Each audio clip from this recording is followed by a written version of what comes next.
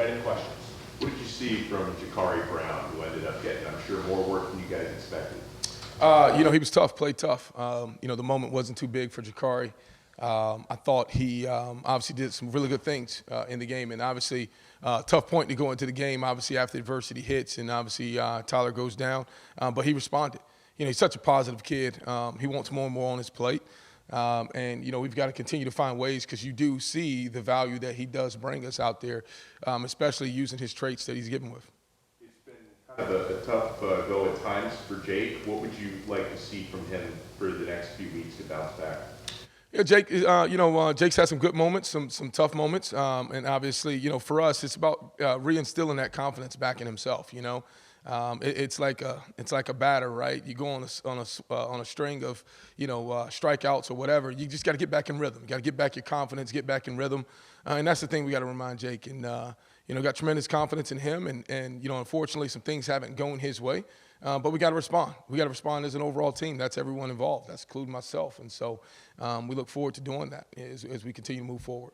Josh, I know you guys are hoping Tyler's healthy enough to play on Saturday, but if he's not, what do you want to see from Jake and Jakari this week as they prepare for this game? To determine who will start on Saturday. I think just overall as an offense, we just got to be resilient. And that's overall collectively as a group. Regardless of what quarterback is in, we can't have highs and lows depending on who's the quarterback. And I think we've been affected a little bit by that. I don't think we've been that type of team that has responded from adversity. And so either quarterback, obviously we're going to prepare both quarterbacks as we always do each and every week. But we've got to have everyone around them have the utmost confidence in them, as well as our quarterbacks have the utmost confidence in everyone around them. Is there anything particular you want to see from them just in practice? Just continue to take the next step forward, focus on what we have presently. Obviously, tough loss. There's no way around it, right? That's not the expectations or the standard that we set. But we've got to move on, and we got to move on fast. We can't allow that loss to linger into this week's preparation. We're playing a really good team in Georgia Tech, and we've got to pour all our focus and effort into finding a way to win a game this week. Coach, the offensive struggles of going 3 games without a touchdown. Have you ever been through anything like that at all in your career, and how tough is it, and how do you remedy it? No, not at all. I think it's been 9 quarters, exactly right, without a touchdown, and a lot of that time is there without Tyler, and we've got to be able to respond. We've had some close calls to touchdowns, to say the least, right? And then something happens in a sequence where we're down in the red zone, and we've kind of been in a funk. I don't think there's I can't hide from that, and I take that, and I've got to do a better job preparing these guys to respond to adversity. We've got to develop tough mindsets, tough kids, tough coaches, and that starts with us. It's got to show in great leadership. These kids have got to follow us as coaches and take on our mentality, and we've got to continue to push that and continue to push them over the hump. But it has not been pleasant lately, and we've got to score points ultimately. When we score points, our team plays good. It drives the energy. It drives the emotions of the team, especially when your defense is on the field and they're seeing, your offense go score. And we've got to do that. We've got to find ways to score touchdowns. Josh, it's obviously not easy to get a team ready when you've got 3 different guys who could potentially be the quarterback. Is there a cutoff point in your mind with coach and everything where you guys decide, okay, hey, it's Tuesday, it's Wednesday, we got to know who the guy is so that we can get the team to run this kind of offense? Well, there is a challenge. Unfortunately, the challenge is kind of there because of injuries, and so it's almost you never know until the last moment. I think we didn't find out about Tyler last week until literally probably about the day before the game, and so you can imagine what you're having to go through from a preparation standpoint of what's good for each player.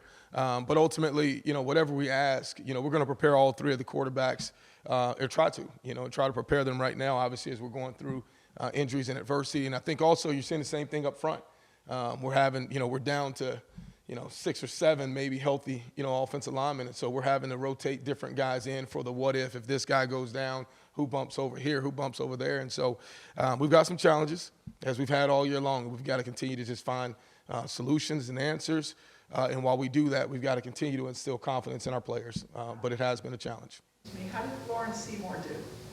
Lawrence stepped in, and obviously, he had some good moments. He had some moments, obviously, where he continued to learn from. He's a young player. You look in the interior right now. We've got 2 freshmen starting for us on the interior offensive line, and not a lot of experience from there, and guys are getting thrust into roles on the job, in the game, not necessarily in the week leading up to preparation, and so everyone's just got to prepare right now. Like I said, we're down to very few options left, and everyone has to assume that they're ready to contribute in any kind of way when the opportunity comes. Hey Josh, Jake's obviously been turning the ball over at as insane of a rate that you'll ever see in football. Have you guys ever seen that before on the practice field? And where's the disconnect coming from? And why do you think that's happening? I wish I had an answer because I'd be ready to solve it. But the turnovers collectively as a unit just coming freakishly in games, and it's we're having a lot of things happen in games that don't necessarily show themselves in practice, and I don't know if it's a performance anxiety type situation where our kids are going into games and the moment is catching up to them, but we've got to protect the football. I don't care if it's a quarterback throwing an interception. I don't care if it's a fumble, a missed snap in the red zone, right? We can't have the things that have been haunting us all season long, and these things are they're issues because they've continued to show up. And they're things that obviously we've addressed, things that we have put as major concern, but ultimately we have to correct them. We can't keep allowing these things to happen in games. Like that hadn't shown up in practice all through the spring and fall, and now it's suddenly in the games. Just in the games. And there's a lot going on in the quarterback position, right? You got new linemen. You got new people all around you. You're going into the game, and unfortunately, we've made some tough turnovers there. And, like I told Jake, like I told him this morning, I continue to believe in him. I've got to instill confidence in him. He's a young man that's had some bright moments. He's still a very young player, and that's the thing that, everyone must understand. Young players do make mistakes at times. We've got to continue to grow and develop him and coach him so he can go out there and play confidently. Missed snap in the red zone. Where was that breakdown on that play?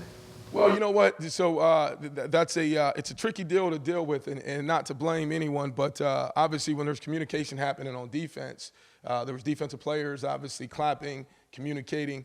A lot of that comes in today's age where everyone is on somewhat of a clap cadence offensively. Defensive players are also using that to get their, defenders over. If you saw the communication happening at the time, one of their defensive players was trying to get another player over to another side. Started clapping, and then the ball was snapped. And so it's a tough job on the center to hear where that clap comes from. Obviously, it's something that officials have tried to keep an eye on as far as rules enforcement. But those things happen in the game. We can't sit there and point the finger and point the blame, say it's a missed call. Those things happen. We just can't allow them to happen negatively for us. How do you keep the team kind of bought into the offensive strategy and the plan when things haven't been going so well the last couple of weeks?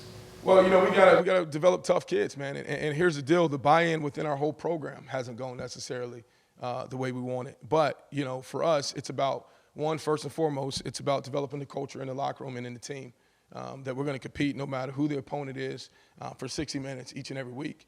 And for those that that don't understand that, there's we've got to come to grips that there's other opportunities out there, and we've got to do a great job in recruiting. I think first and foremost, when you look at it, right, it all starts in building your roster from a recruitment standpoint. Got to recruit the right type of kids, the right type of players, and the right type of mindset. And when you're talking about developing a culture, it starts there. Obviously, then it's player development and retainment. And so, we've got to challenge our kids, but at the same time, we've got to buy into the culture that we want to establish here.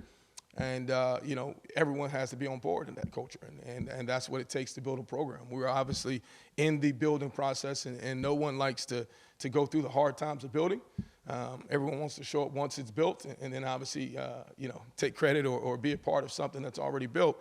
But this is no different than any other issues that we've been through in the past with other programs as far as building programs. It's going to take tough work. It's going to take tremendous effort by everyone involved in the program and ultimately leading us all in the right direction. Will Mallory came into the game as your leading receiver, just wasn't targeted. Was it something they were doing? Obviously tight ends taking your own. Yeah, we tried to get Will late into the red zone on a target for a touchdown. Unfortunately, we got beat on a block on the perimeter, or he would have had an easy opportunity of a walk-in touchdown. It was unfortunate because Will's a big piece of our offense, and we want to find creative ways to get him the ball. I think the game flow within the game kind of caught up to us. We wanted to target him early on. He was getting a couple double coverages and bracket it into the boundary. And we just didn't have that opportunity once things started kind of unraveling within the game. And so we've got to continue to focus on trying to allow, our best players to touch the ball, and Will's one of those guys, and we've got to find ways to get him the ball. Coach, you decided to stay on the field again for 2 weeks in a row. Kind of what went into that decision, how you're feeling about it, and what should we expect going forward? Personally, thinking it was going to make a difference, it obviously didn't. But it was really just to be there as a voice of confidence for our players. When adversity strikes, being able to look them in the eye, being able to get them to respond. Like I said, we have a very inexperienced and I would say a group that hasn't responded to adversity throughout the year. And so for me, the decision of going down on the field was to be that voice that could rally the troops, that could rally everyone if things started going bad. And unfortunately, we still haven't been able to respond in those situations. And so, as we continue to evaluate those things, obviously I'll make an evaluation this week as whether or not I'll be on the field or in the booth. But ultimately, we've got to develop that mindset and mentality that we've got to continue to fight. And it takes everyone's effort, and it takes selflessness. And that's the thing I think probably the most that we've got to continue to push on our team. It takes unselfish players. And we've got to have a group of men that care more about winning for Miami than they do about their own individual recognition of plays or whatever it may be. And ultimately, when we get to that point, we'll have the culture and the team that we want. What is Jakari's understanding of your playbook and the offensive system at this point in his freshman season? Jakari understands everything from an offensive standpoint. I think his skill set is different. I think ultimately as a coach, you've got to shape everything around someone's strengths, obviously, and their weaknesses. And when you look at Jakari, he obviously provides us a great strength and skill set in certain areas where we like to focus with him on. But he does a great job understanding conceptually. Obviously, as I've said before, he trains completely as a quarterback, goes through practice as a quarterback. And it was actually really good to see him, with a good deep ball opportunity early on in the game to kind of push the ball down the field. And that's an area, obviously, where he excels probably a little bit further in the passing game is being able to throw the ball deep. But those are other areas that we're going to continue to grow on him, continue to truly develop him in every aspect of his game. Last question for Coach Gattis. What have you seen overall from Georgia Tech's defense? High pressure team. They blitz about 52% of the time. It doesn't matter what personnel, and very aggressive. Obviously, they're a team that's playing with a little bit of a chip on their shoulder. They've been through adversity, obviously, with a head coaching change throughout the year, and they're playing aggressive. This last stretch, you've seen them play well at times. You've also seen them obviously have adversity and not play up to their standard. And so for us, it's about us. We've got to clean up. We've got a lot of things we've got to clean up ourselves, and a lot of things that we have to focus on ourselves. But we understand, we're going on the road. We're playing in front of I think it's a whiteout crowd for them. It's going to be a great atmosphere out of their fans, and we've got to be able to accept the adversity that happens with the crowd noise and environment, and we've got to play through it. Jakari's obviously a young quarterback. You're potentially making his first start. That's what you guys tend to do. Jake's had some issues here. He's also a young guy. How do you prepare him for a team that blitzes that much? Well, we've got to just first and foremost, it's got to start from we got to find ways to keep the quarterback protected. And that starts in our protection pickup, communication, running backs, offensive line, game plan, being able to identify areas where strengths for us, where's our matchup issues. We're also starting some new offensive linemen. So that's a big factor in it all. What can we put on their plate as well? And I think ultimately when you're going into a game plan, you're trying to figure out how much can everyone handle. There's a lot of different pieces. I think the one area where we don't have as many moving parts right now is back at the receiver position. But that position is obviously affected a little bit about everything else that's going around it. And so we've got to continue to just find ways to maximize what each and every one of our players can do. But that's not individual players. That's collectively as a group. That takes the O-line, tight ends, receivers, running backs, and figuring out what they can handle and what they can do best. All right, Coach. Thank you. All right, thank you, guys.